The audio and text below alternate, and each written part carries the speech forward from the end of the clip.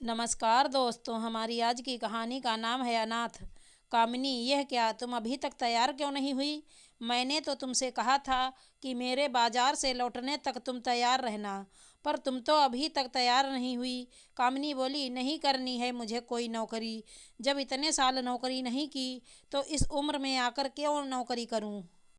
सुरेश जी बोले, कामिनी, जब हमारी शादी हुई तो तुम घर और सास ससुर की सेवा में ऐसी उलझी कि तुम्हें टाइम ही नहीं मिला कभी अपने बारे में सोचने का।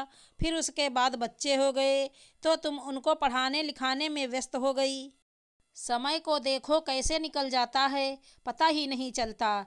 माँ बाबूजी स्वर्ग सिधार गए और बच्चे पढ़ाई खत्म करके नौकरी में व्यस्त हो गए। अब रह गए मैं और तुम।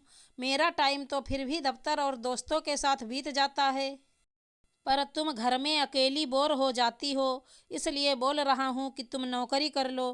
कामिनी जी बोली, मैं बोर नहीं होती, अब मुझे इसकी आदत हो गई है। अब मुझे यही सब अच्छा लगता है। सुरेश जी बोले, कामिनी, तुम जिद ना करो, चलो तैयार हो जाओ, मैं तुम्हारा यहीं इंतजार कर रहा हूँ, जल्दी करो।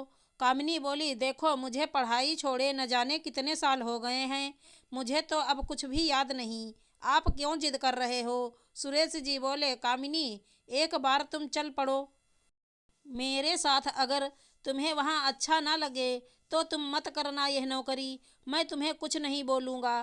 कामिनी बोली, लोग क्या बोलेंगे कि इसका पति और इसके बच्चे इतना कमाते हैं, फिर भी इसे इतना लालच है कि इस उम्र में नौकरी करने चल पड़ी। सुरेश जी बोले, मत सोचा करो लोगों के बारे में इतना, वो तो कुछ भी कहेंगे। कामिनी, तुम अपने आप को देखो, कैसी हो गई हो। न तुम्हारे खाने का टाइम रहा है और न ही तुम्हें सजने संवरने का पता।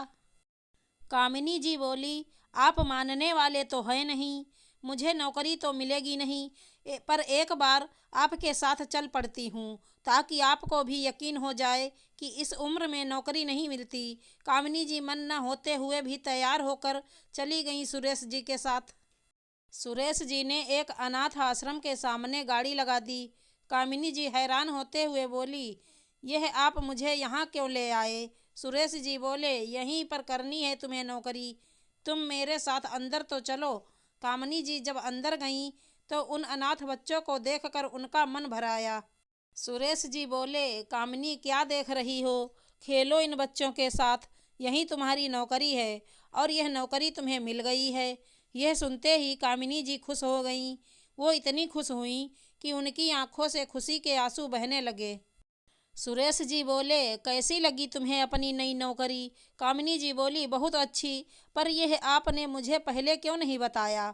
सुरेश जी बोले, मैं तुम्हें सरप्राइज देना चाहता था और तुम्हारी इस खुशी को देखना चाहता था। कैसा लगा तुम्हें मेरा सरप्राइज? कामिनी जी बोली, बहुत अच्छा, मैं रोज़ सुबह अपनी नौकरी करने आ जाया करूँगी। फिर दोनों एक दूसरे को देखकर हंसने लगे। आशा करती हूँ हमारी कहानी अच्छी लगी होगी। धन्यवाद दोस्तों।